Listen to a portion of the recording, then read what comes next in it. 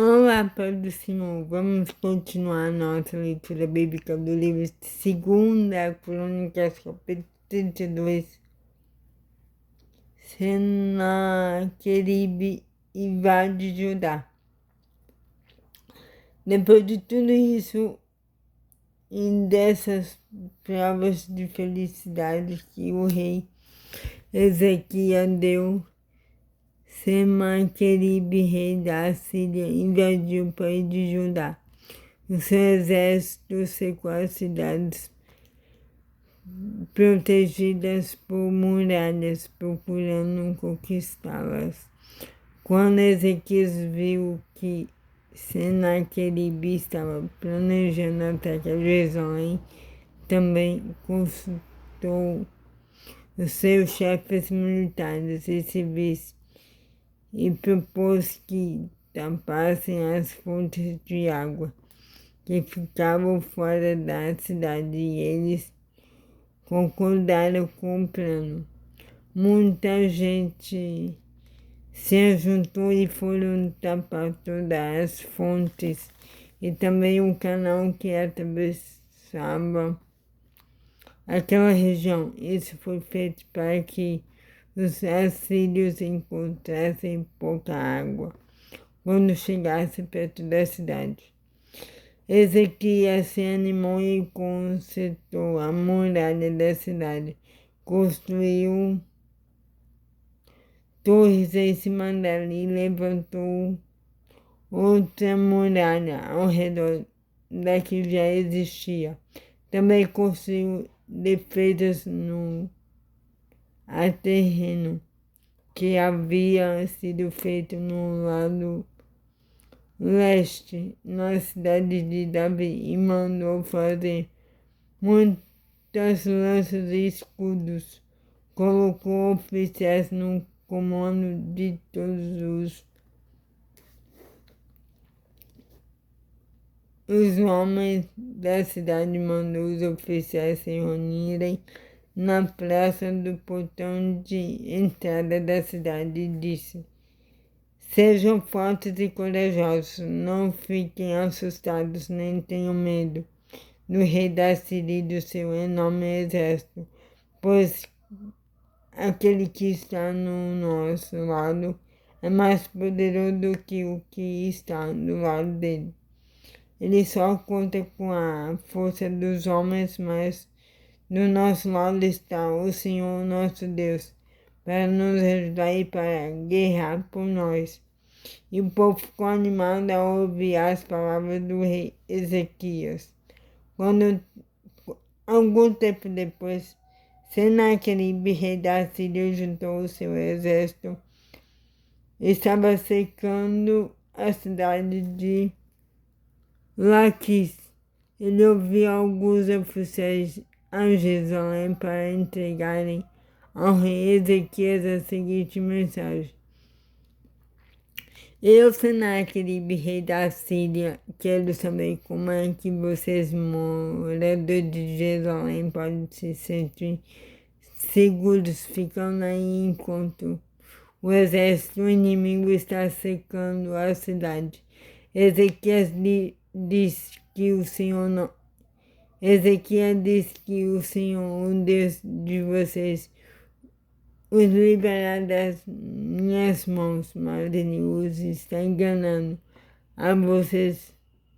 E vocês, morrerão de fome e de sede, pois foi o próprio Ezequias que acabou com os lugares de adoração e com os altares desse Deus, e disse ao povo de Judá: os moradores de Jerusalém que adoram a Deus diante de um altar só e queimassem incenso somente naquele altar. Será que vocês não sabem Será que vocês não sabem o que eu e os meus antepassados fizemos com os povos de outras nações? Vocês pensam que os deuses daquelas nações foram capaz de salvá-las das minhas mãos? Não houve nenhum Deus das nações perdão, não houve nenhum Deus das nações que os meus antepassados conquistaram que fosse capaz de salvar o seu povo do meu poder. Então, por que é que vocês pensam que o seu Deus pode salvá-los das minhas mãos? Portanto, não deixem que Ezequias o engane assim. Não se iludem, não acreditam nele. Nunca houve nenhum Deus que pudesse salvar o seu povo do poder dos meus antepassados ou do meu poder. Muito menos o Deus de vocês poderá salvá-los. Os oficiais assírios disseram coisas ainda piores contra Deus o Senhor e contra o seu servo Ezequias. E Senaqueribe escreveu cartas em que insultava o Senhor, Deus de Israel, dizendo o seguinte contra ele: os deuses de outras nações não salvaram os seus povos das minhas mãos. Assim também o Deus de Ezequias não salvará o seu povo das minhas mãos. Os oficiais gritaram isso em hebraico aos moradores de Jerusalém que estavam em cima da muralha da cidade, a fim de assustá-los e deixá-los apavorados e assim poder conquistar a cidade.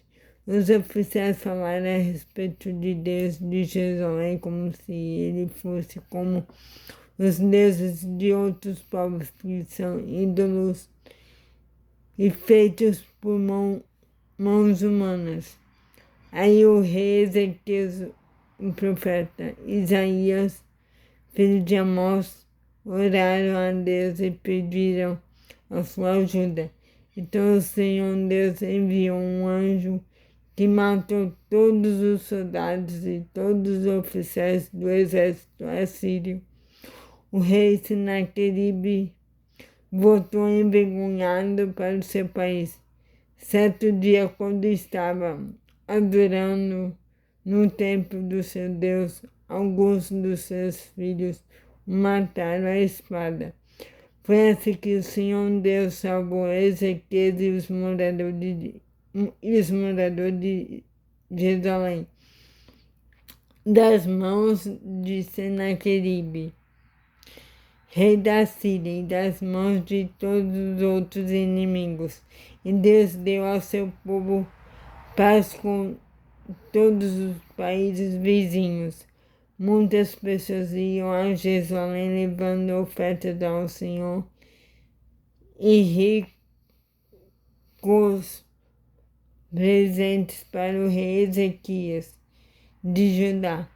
Naquela época em diante, a fama de Ezequias foi crescendo em todas as nações. A doença de Ezequias.